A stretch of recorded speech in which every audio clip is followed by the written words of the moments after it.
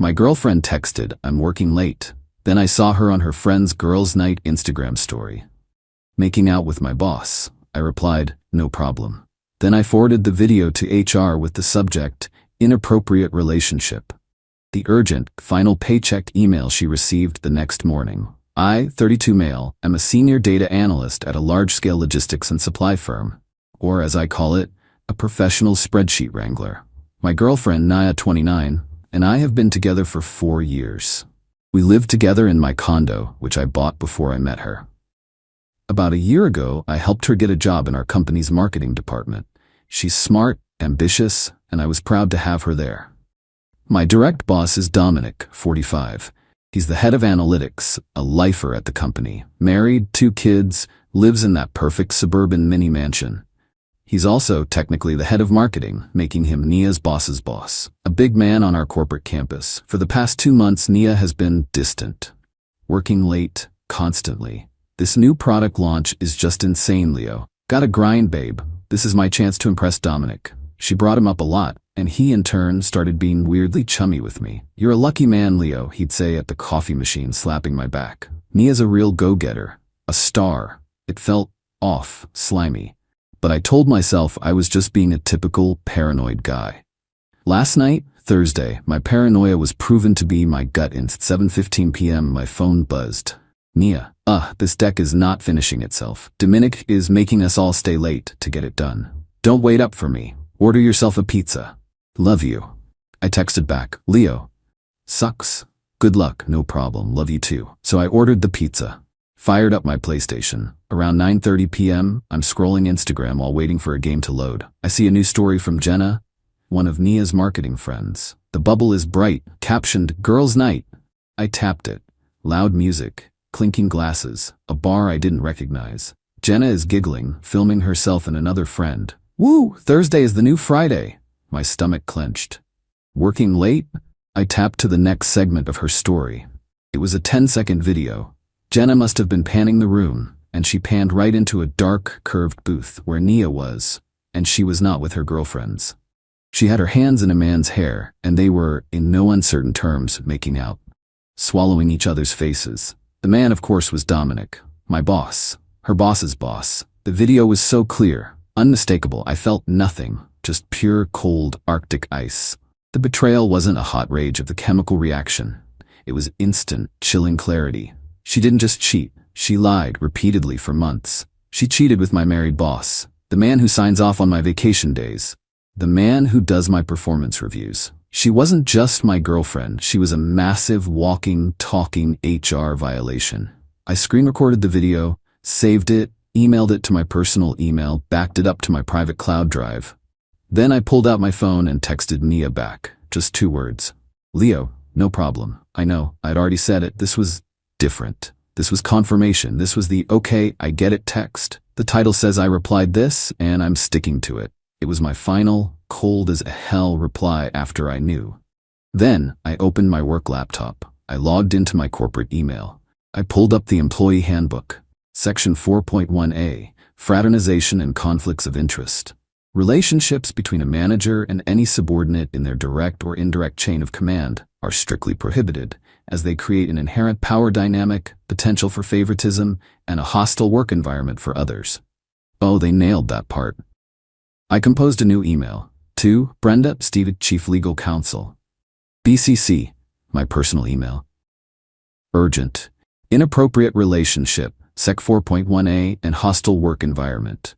Dear Brenda and Stephen, it is with extreme regret that I must report a serious breach of company policy. I have just received indisputable time-stamped video evidence of an inappropriate personal relationship between my direct supervisor, Dominic, and my partner, Mia, a marketing coordinator. As you know, Dominic is the head of department for both analytics and marketing, placing Nia in his indirect and my direct chain of command. This relationship and their subsequent dishonesty about working late, see attached text from Nia, creates an untenable conflict of interest, a hostile work environment for me personally, and calls into question all recent professional judgments, including my own performance reviews and any of Nia's recent project advancements. The attached video was taken at 9:28 p.m. tonight. I am deeply concerned about my professional standing and the clear potential for retaliation from Dominic. Please advise on next steps. I will be working from home tomorrow, Friday, pending your guidance. Sincerely, Leo, Senior Data Analyst. I hit attach. Uploaded the 10-second screen recording. I read the email one more time, clicked send. The time was 9:54 p.m. I turned off my PlayStation. The pizza didn't taste like anything. I didn't sleep. This morning, 8:01 a.m., an email from Brenda, subject, re-urgent. Leo, thank you for bringing this to our attention. We are treating this with the utmost seriousness. Your discretion is appreciated. Please do work from home. I will call you at 10 a.m. Please be available. I spent the next 2 hours drinking black coffee. My hands were shaking. At 9:45 a.m., my personal phone exploded. 12 missed calls from Nia. 3 missed calls from Dominic. A stream of texts. Nia, Leo, what did you do? They shut off my laptop access. My email is gone. Call me. Leo, they just called me. They fired me. Dominic, Leo, call me. We need to talk. This is a misunderstanding. You ruined my life. The doorbell started ringing, over and over. I looked through the peephole. It was Nia, hysterical. Pounding on the door. My work phone rang. It was Brenda from HR. Leo, are you in a quiet place? Yes, I said, as Nia screamed my name from the hallway. Yes, I am.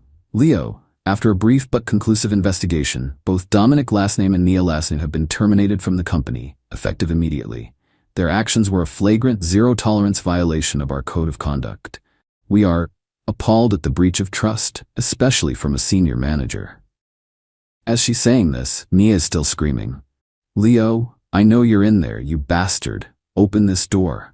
Brenda, I said, my voice steady. I have to let you go. The now ex-employee is currently outside my apartment. Oh dear? Do you need security? No, Brenda, I think I can handle this. I hung up.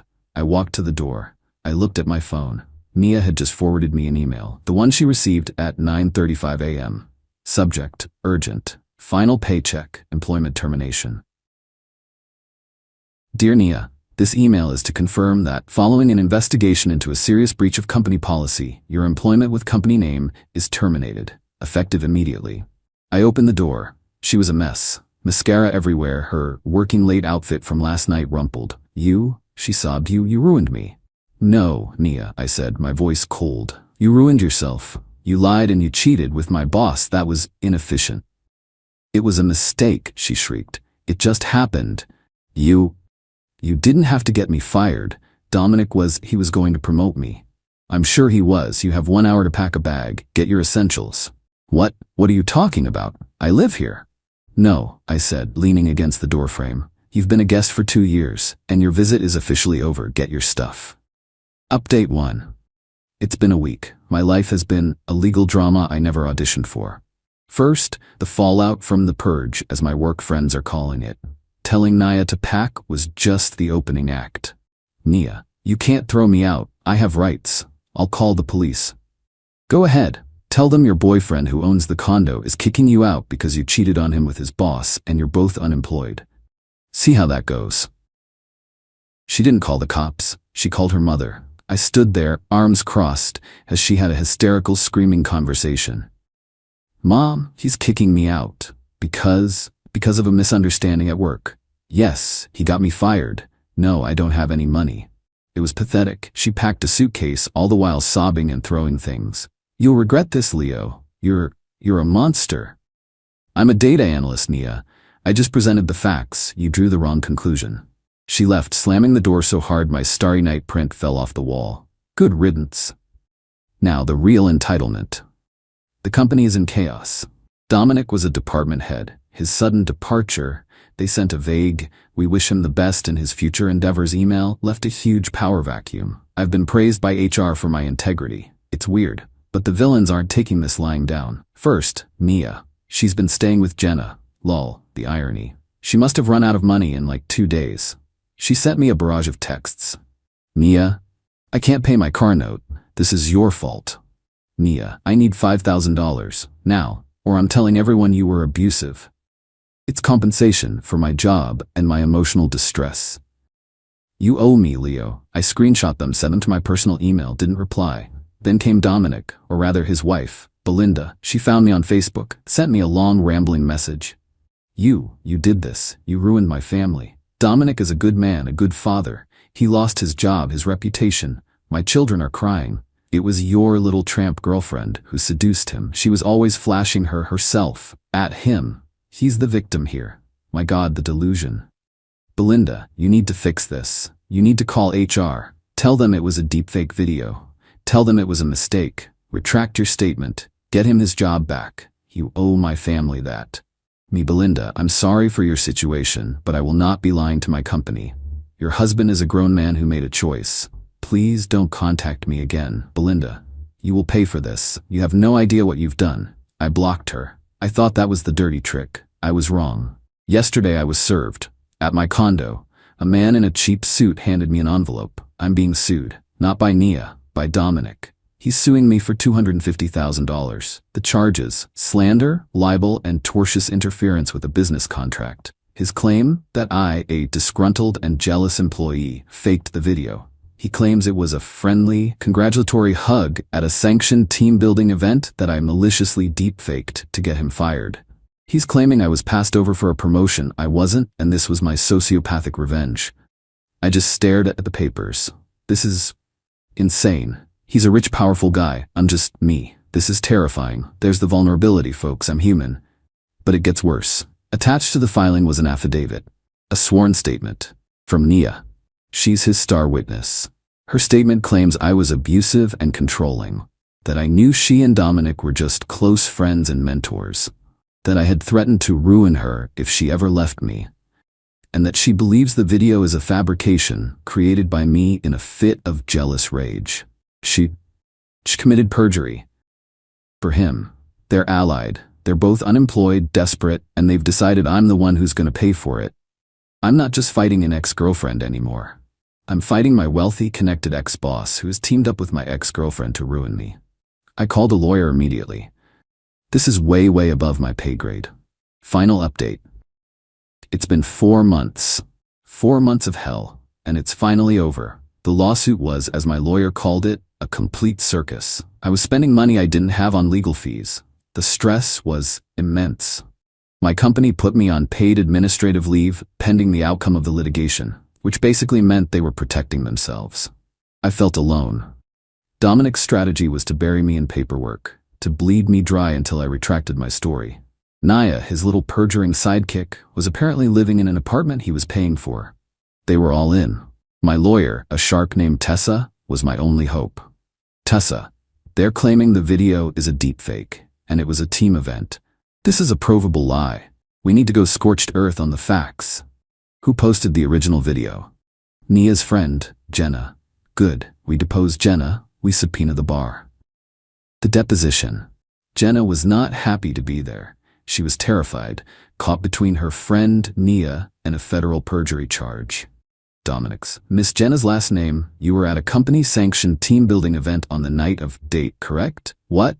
No, it was a girls' night at the Crimson Lounge. And Mr. was there as a chaperone? A manager? A chaperone? No. He met us there. Nia invited him. She said he wanted to celebrate the campaign's launch. Jenna, did you at any time alter, edit, or deepfake the video you posted to your Instagram story? No. God, no. I don't even know how. I was dancing, I panned my camera, and I caught them. I didn't even realize what I'd caught until Leo texted me, WTF? I deleted it right away. So the video is 100% real. That is your sworn testimony. Looks at Nia, who is sitting in the corner. Yes, it's real. Nia put her head in her hands. The revenge, that was good. But this was the kill shot. Your Honor, Dominic and Nia's entire claim rests on this being a friendly hug at a team event. We have proven it was not a team event. Now let's talk about the friendly part. Tessa produced our subpoenas. First, Jenna's other Instagram posts. She had a close friend's story. I'd forgotten about it. But Jenna, under threat of perjury, gave it to us. It was a video from earlier that night. Jenna, slurring slightly, "When the boss buys you, Dom. Woo. Thanks, Dominic." She pans to Dominic, who raises a glass of champagne and winks at the camera. Dominic's face went white. But that's not all. Tessa. And finally, Your Honor, we have the itemized Time-stamped receipt from the Crimson Lounge for Mr. Dominic's tab. She put it on the projector. 2 bottles of Dom Perignon. $800. 6 espresso martinis. 4 whiskey sours. Total, $1,142.50. Paid for at 9:45 p.m. By Dom X. He didn't just cheat. He didn't just lie. He didn't just commit perjury. He bought $1,100 of champagne and cocktails for his subordinates on a non-work night on the company card. The consequences, it was over. Dominic's lawyer, seeing his client had just admitted to corporate card fraud on top of perjury, immediately motioned for a recess. The lawsuit against me was dropped within the hour. Tessa, my beautiful shark, immediately filed a countersuit for malicious prosecution, defamation, and full recovery of my legal fees. Dominic, facing a new investigation from our company for fraud, they were not happy, and criminal charges for perjury settled so fast it made my head spin. He had to pay my entire legal bill, $38,200, and an additional $20,000 for damages, which I happily accepted. Belinda, his wife, who had been sitting in the back of the courtroom, heard all of it. The champagne, the thanks Dominic wink, the perjury. She filed for divorce the next day. He's losing his mini-mansion. He's lost his career. He's blacklisted in our industry now. He's lost his family. Naya? She's the real tragedy. She's guilty of perjury. She's unemployable. Jenna and her entire friend group cut her off for lying and dragging them into a lawsuit. Dominic, as part of his divorce, can't support her anymore. Last I heard, she was working as a waitress at a chain restaurant, living with her mom. She tried to text me from a new number. Nia, I'm sorry. I know I messed up. He manipulated me. Please, Leo, I have nothing. I just blocked the number. As for me, the company apologized profusely. They brought me back from leave with a promotion to Dominic's old job, Ulmeo. Just kidding, but I got a fat raise and a new title. The whole thing cost me 4 months of sleep and sanity. It cost me a relationship I thought was real. I took a financial hit, but I got it back. I wasn't some action hero. I was just a guy who got cheated on. But I'm a guy who keeps receipts. The best part? My revenge wasn't some grand evil plan. I just told the truth. I presented the data, and I let their own entitlement, their own lies, and their own stupidity do the rest. They built their own prison. I just supplied the video evidence for the locks. I'm taking a long vacation, somewhere with no cell service.